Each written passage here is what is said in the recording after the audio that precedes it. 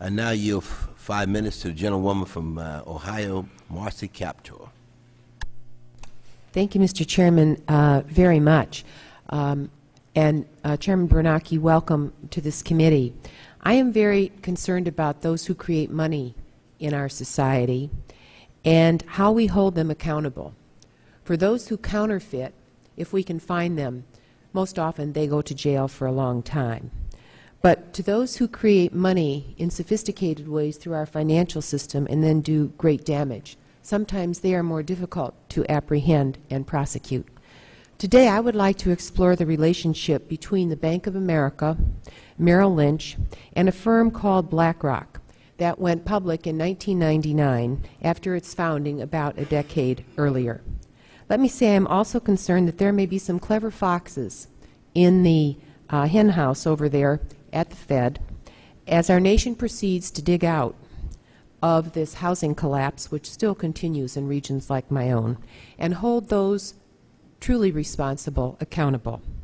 Now, as I understand it, the Bank of America acquired Merrill Lynch last September, but at the time of that acquisition, because of several relationships, Bank of America actually also bought BlackRock, which now owns a near majority share of Bank of America. Recently, and that had to do with the interrelationship between BlackRock and Merrill Lynch, as you know. Recently, the Fed has just hired BlackRock to execute at least 4 contracts and maybe 5 to analyze and handle the troubled assets of Freddie Mac and Fannie Mae, making BlackRock the dominant player in pricing these distressed assets. I am concerned that BlackRock and its chief executive officer, Mr. Fink, may not be fair and impartial in conducting these responsibilities because they, in fact, have been heavily involved in inventing, creating, and trafficking in those instruments for most of the last 2 decades. Indeed, doing the risk analysis associated with them and selling billions of them to the government of the United States. So one of my questions, Mr. Bernanke, is do you know in what year Mr. Fink sold his first tranche of mortgage-backed securities to Freddie Mac? The first tranche was $1 billion. Do you know what year that occurred in? I do not. Do you think that's important for you to know?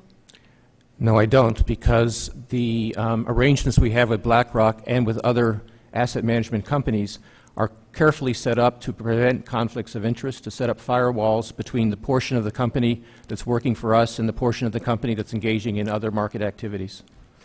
Do you know what other instruments BlackRock and its subsidiaries sold to the federal government over the last 10 years? No, I don't. You do not. Well, I would say that I think it's pretty important for you to know some of that, because one of the difficulties with these securities is you can't unwind them. You cut them up in pieces, you sell them off, and given what we know about these pools of toxic assets, I have to say that I ask whether the Fed could actually be in collusion with Mr. Fink in covering up his own potential fraud by giving him the opportunity to shift the portfolios and have access to information that no one on this committee has access to in ways favorable to those clients he served and in ways favorable to that company today. How can we assure ourselves that is not happening? We can provide you with the contracts we have with BlackRock, and they involve very careful controls to make sure there's a separation between the parts of the company that are working, managing the assets of the Fed according to our instructions, and the other parts of the company that are involved in a variety of asset management activities. Well, you know, Mr. Chairman, when you appeared before the Budget Committee, I asked you for those contracts, and I want to thank you because they were finally placed on the website of the Fed. However, the contracts that were placed there have multiple exhibits missing. For example, the investment guidelines are absent, except for one single statement of policy objective.